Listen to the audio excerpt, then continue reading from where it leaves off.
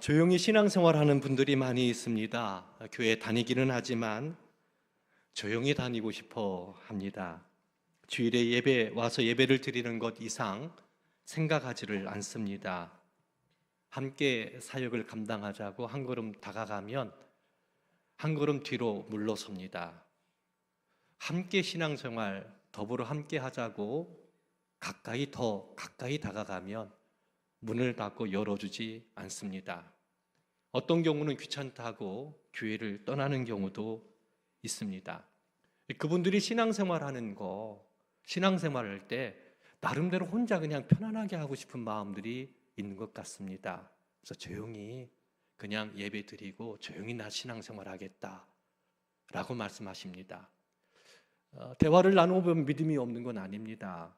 구원의 확신이 있습니다. 주를 위해 살고 있습니다. 개인 경건 생활에 힘쓰고 있습니다. 하나님을 믿고 또 하나님을 체험도 합니다. 그리고 주를 위해 경건하게 살려고 힘써도 봅니다. 하지만 함께 동역하고 사역하자라고 이야기할 때 주저합니다. 교회 공동체를 세우는 일과 하나님께서 맡겨주신 사명을 감당하는 일에는 함께 하지를 않습니다.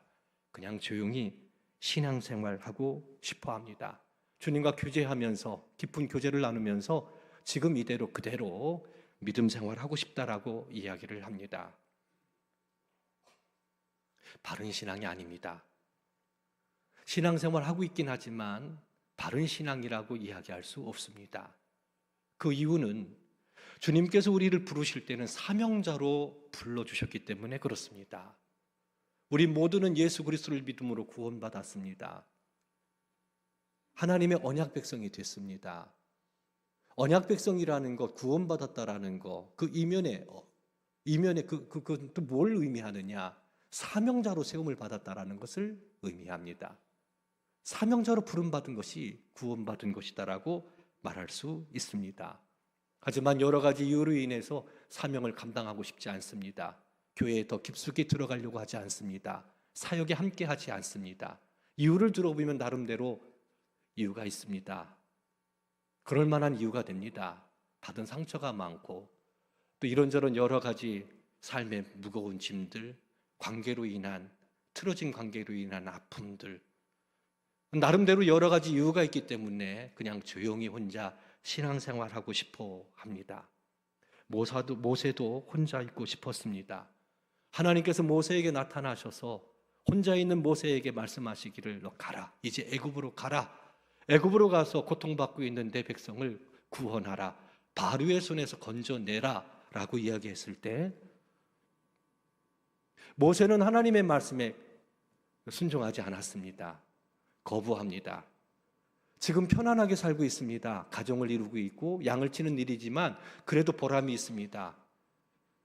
이것을 놔두고 애굽으로 간다라는 거 그렇게 하고 싶지 않았습니다. 그냥 이대로 살고 싶은 겁니다.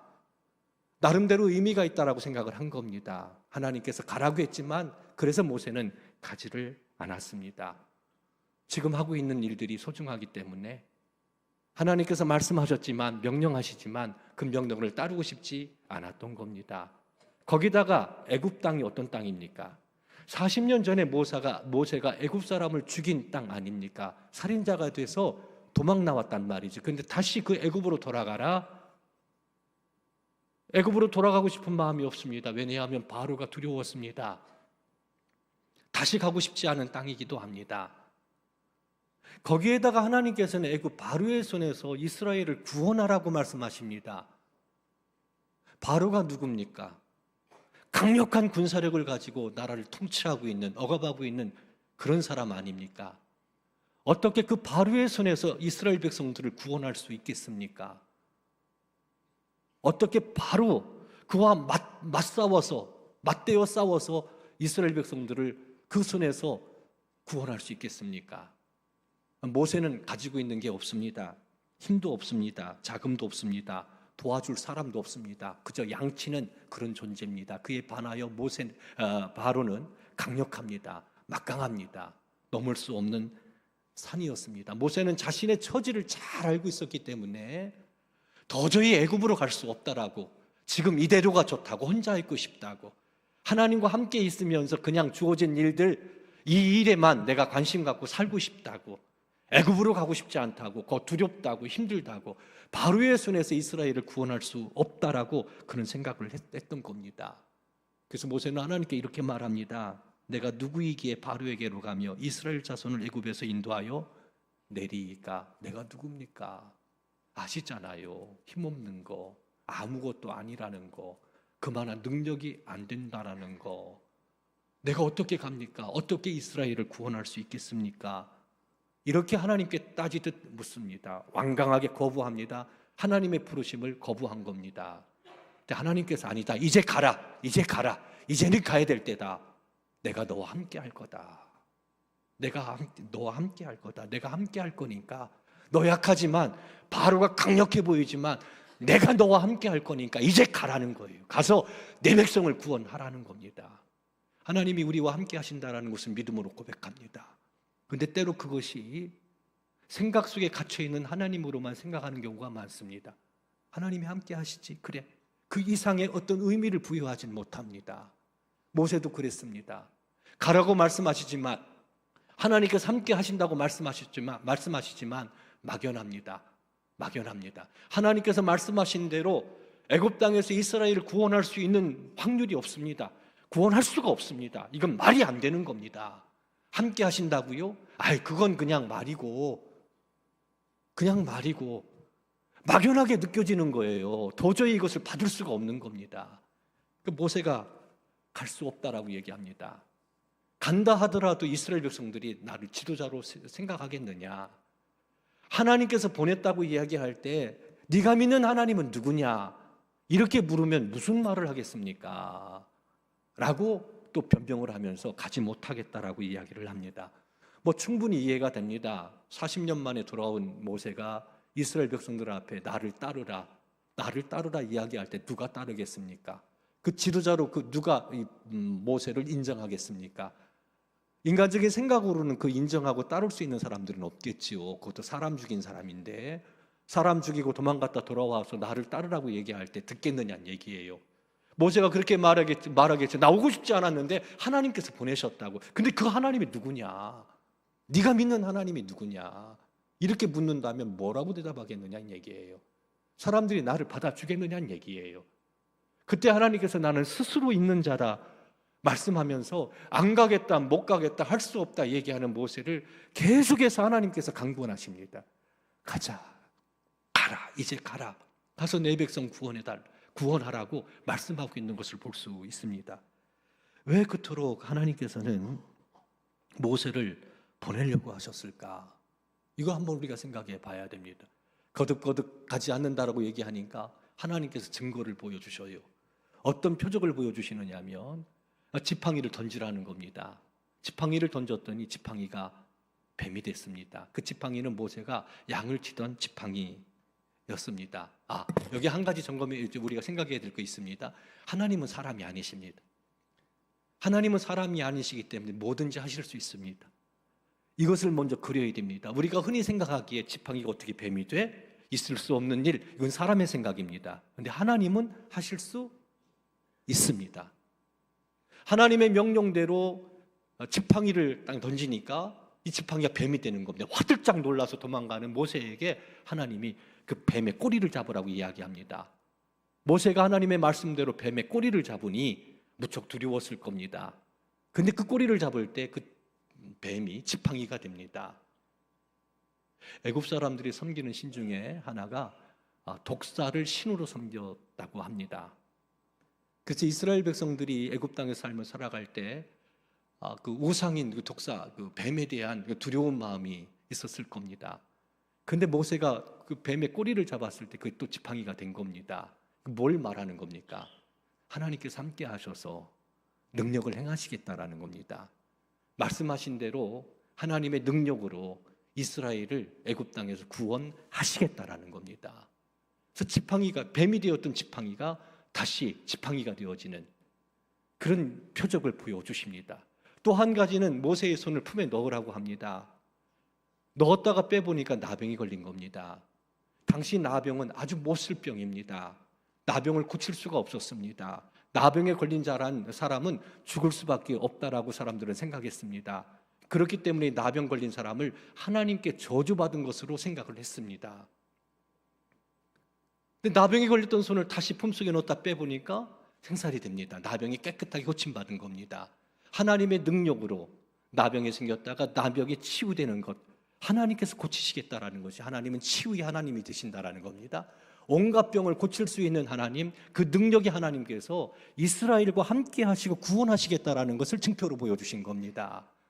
하나님께서 말씀하신 말씀대로 하니까 나병처럼 고질적인 하나님의 저주의 병이라고 생각했던 병도 깨끗함을 받았다라는 거죠. 하나님께서 함께 하신다라는 겁니다. 그렇게 하시겠다라고. 그래도 이스라엘 백성들이 듣지 않으면, 그러면 나일 강물을 땅에 던지라고 이야기합니다. 그러면 그 강물이, 나일 강물이 피가 될 거라고. 뭘 얘기합니까? 애굽의 그 풍요로움은요, 나일강에서 비롯된 겁니다. 그러니까 나일 강물은 풍요를 상징합니다. 풍요로운 애굽을 상징하는 겁니다. 근데 그 나일 강물을 땅에 던졌을 때 피가 됐다라는 것은 죽었다, 하나님의 심판을 의미합니다. 먹을 수 없는 것이 돼버리는 거잖아요. 그러니까 하나님의 심판이 따르게 된다는 겁니다. 그러니까 바로가, 애굽 사람 바로가 하나님의 명령을 거역하고 그 백성들을 놓아주지 않으면 하나님이 심판하시겠다. 그러면 이걸 요약해 보면 그런 겁니다. 반드시 애굽에서 그 백성을 구원할 거다. 능력이 하나님께서 함께 하셔서 그 일을 이루실 거다. 애굽이 말을 듣지 않으면 심판하셔서라도 그 백성들을 구원하실 거다라는 메시지를 하나님께서 모세에게 친히 보여주신 겁니다. 보여주시고서는 가라는 거예요. 가라는 거예요. 거듭거듭 가라고 말씀하고 있습니다. 모세는 안 간다고 얘기했지요. 하나님은 가라고 얘기합니다. 왜 그렇게 가라고 했을까? 하나님은 애굽 땅에서 고통받고 있는 이스라엘 백성들을 생각하신 겁니다. 그들은 애굽 땅에서 학대를 받았습니다. 고통을 당하고 있었습니다. 그 사무치는 소리가 하늘까지 들려졌다고. 남자아이가 태어나면 나일강에 던져야 합니다.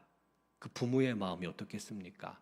농사의 일, 고단한 농사의 일, 감당할 수 있으면 괜찮은데 감당할 수 없는 구조 속에서 농사를 져야 됩니다.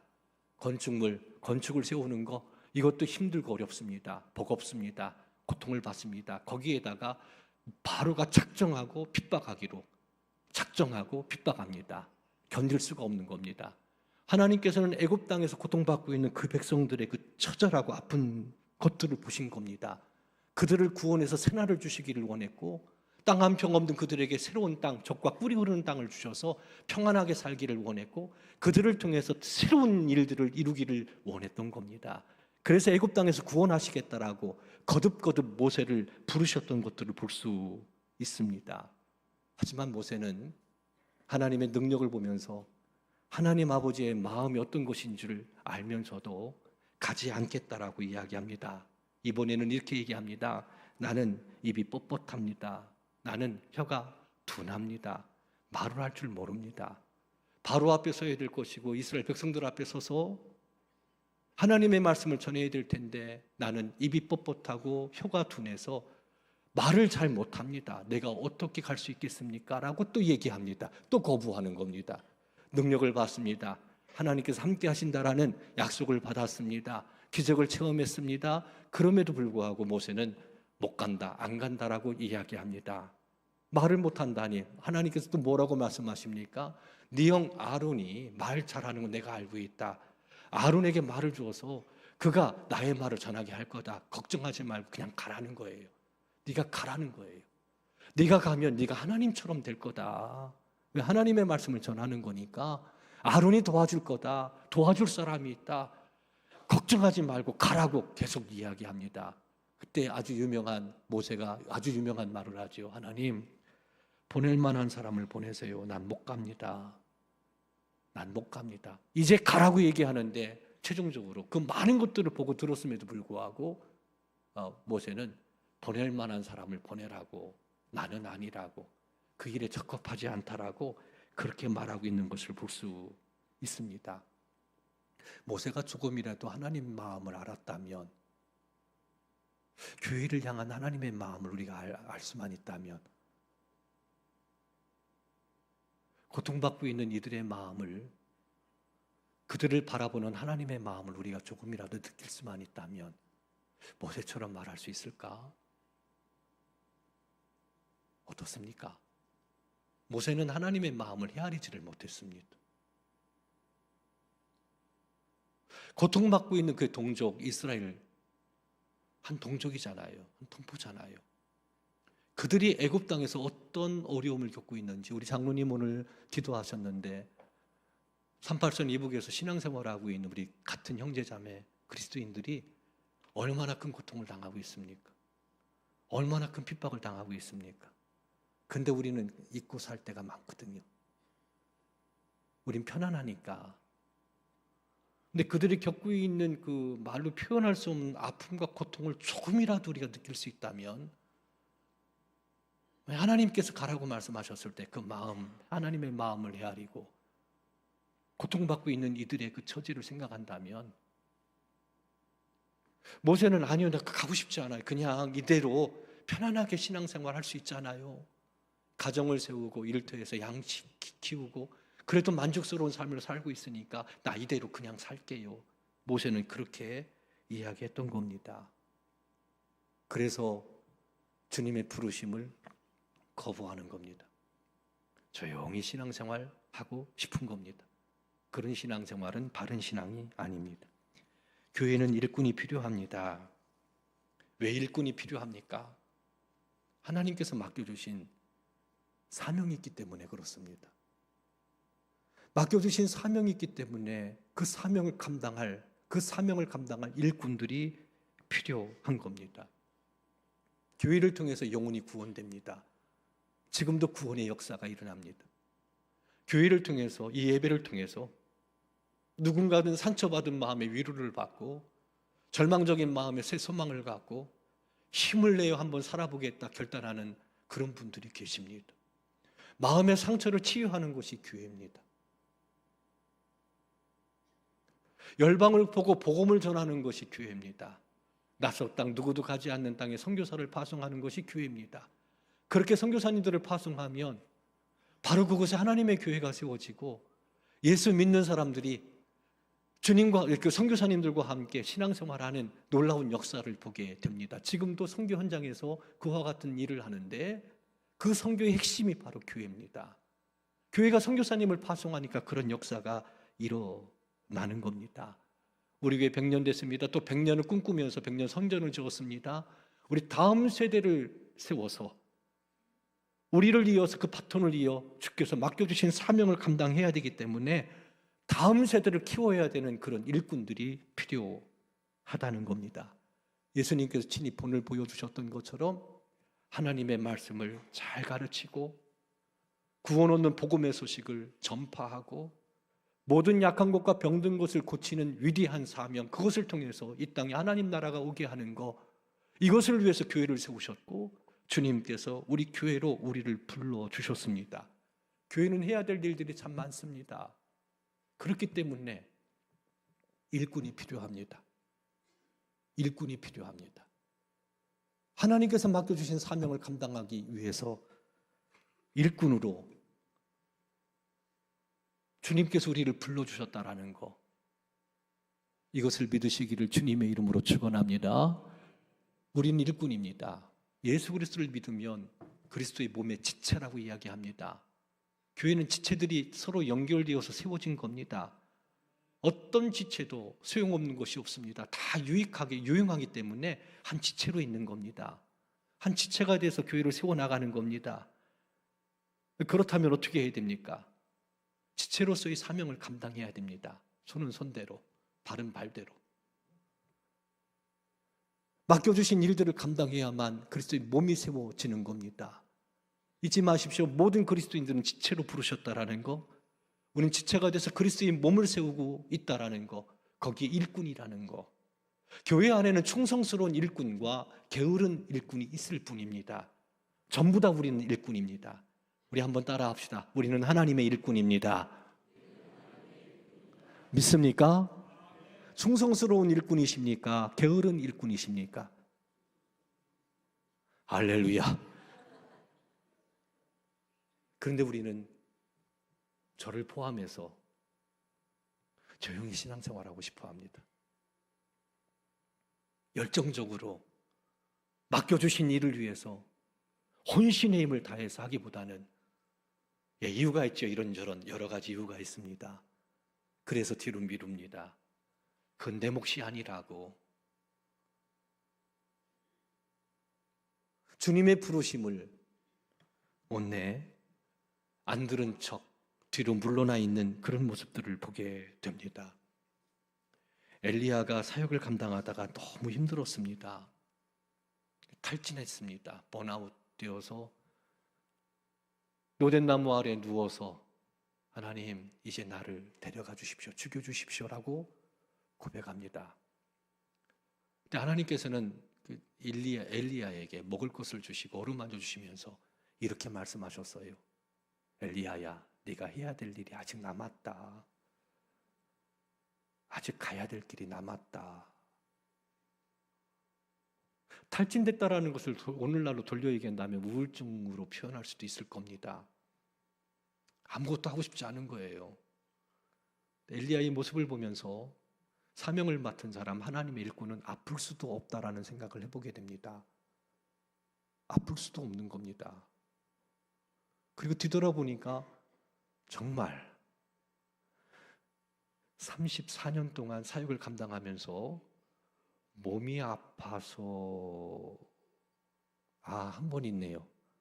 코로나 때 코로나 걸려서 한 번 후배 목사님이 오셔서 말씀 전한 것 외에는 없었습니다. 사명자는 아플 수도 없구나. 왜? 해야 될 일들이 있기 때문에. 맡겨주신 일들을 감당해야 되기 때문에 아플 수도 없는 것이 사명자구나. 아니, 하나님께서 그렇게 인도하시는구나 라는 생각을 해보게 됩니다. 사도 바울은 유라굴로라는 광풍을 만났습니다. 얼마나 지독한 광풍인지 살아날 기미가 보이지 않았습니다. 구원의 여망이 전혀 없었습니다. 배의 모든 기구들을 다 뜯어서 버려야만 했습니다. 짐도 다 버려야만 했습니다. 구원의 여망이 전혀 없었습니다. 하지만 하나님께서 칠흑같이 어두운 그 밤 폭풍 가운데서 사도 바울에게 나타나십니다. 두려워하지 말라. 안심하라. 네가 가이사 앞에 서야 한다. 로마 황제 앞에서 복음을 증거해야 될 사명이 있기 때문에 안심하라고, 두려워하지 말라고. 바울과 함께 있었던 배 안의 모든 사람들, 그 생명이 하나도 영향 끼치지 않을 거라고, 죽지 않을 거라고. 왜? 네가 가이사 앞에 서야 되기 때문에. 사명을 맡은 사람은요, 그 사명을 감당하기 전에는 죽을 수도 없습니다. 죽을 수도 없습니다. 아플 수도 없고 죽을 수도 없습니다. 주님께서 맡겨주신 사명, 그 사명이 있기 때문에 그렇습니다. 하지만 모세는 보낼 만한 자를 보내라고 말을 했지요. 이런 모세에 대해서 하나님께서 노하십니다. 분노하십니다. 가라는 거예요. 이제 가라는 거예요. 입이 뻣뻣하고 혀가 둔해도 걱정하지 말고 가라는 겁니다. 가면 하나님께서 역사하시고 함께 하신다라고. 연약합니다. 가고 싶지 않습니다. 조용히 신앙생활하고 싶습니다. 갈 생각이 전혀 없습니다. 하지만 하나님께서는 계속 가라고 이야기합니다. 안 돼요, 못해요. 어떻게 갑니까? 모세가 한 가지 잊은 것이 있습니다. 하나님께서 함께 하신다라는 것, 그 의미가 무엇인지를 그는 알지를 못했습니다. 그래서 부르심을 거역했던 겁니다. 하나님이 함께 하시면, 역사적으로 한번 봅시다. 모세가 갔지요? 가고 싶지 않았던 모세가 강권적인 하나님의 손에 의해 애굽으로 갔습니다. 어떤 일이 벌어집니까? 하나님께서 모세와 함께 하십니다. 애굽 땅에서 이스라엘 백성들을 구원해 내십니다. 애굽에 처음 난 것들을 다 죽이면서까지라도, 심판하시면서까지라도 그 백성을 구원하시는 것을 볼 수 있습니다. 거칠고 험한 땅 걷게 하셨습니다. 구름 기둥과 불 기둥으로 인도하셨습니다. 놀랍게도 40년 동안 옷이 헤어지지 않았습니다. 발이 부르트지 않았습니다. 살아가는데 부족함이 없었습니다. 하나님께서 함께 하셨습니다. 하나님이 함께 하시면 문제될 게 없습니다. 믿으시기를 주의 이름으로 축원합니다. 나는 부족합니다. 나약합니다. 연약합니다. 못합니다. 하고 싶지 않습니다. 그런데 하나님께서는 그 영혼들을 구원하는 것이 주님의 마음, 간절한 마음. 왜? 고통 중에 있으니까 가라는 겁니다. 내가 함께한다. 함께하니까 요단강이 갈라집니다. 하나님이 함께하니까 불가능한 강을 건너게 된 겁니다. 크고 견고한 성 여리고성, 하나님이 함께하니까 무너집니다. 안 된다고, 못한다고, 그 성을 넘을 수 없다라고 얘기했지만 하나님 말씀 의지하고 걸어가니 여리고성이 무너집니다. 소년 다윗이 골리앗을 쓰러뜨립니다. 가능한 일입니까? 하나님이 함께 하시니까 그런 기적이 일어납니다. 하나님이 함께 한다라는 그런 겁니다. 말씀을 순종하고 나갈 때, 일꾼으로 부르심에 응답하고 나가게 될 때 일은 하나님이 하십니다. 우리를 통해서 하나님께서 역사하시고 인도하신다라는 것을, 반드시 함께 하셔서 그 일을 이루신다라는 것을 믿으시기를 바랍니다. 우리 일꾼으로 부름을 받았습니다. 말씀을 준비하면서 이런 생각을 했습니다. 하나님께서 무엇을 가장 기뻐하실까?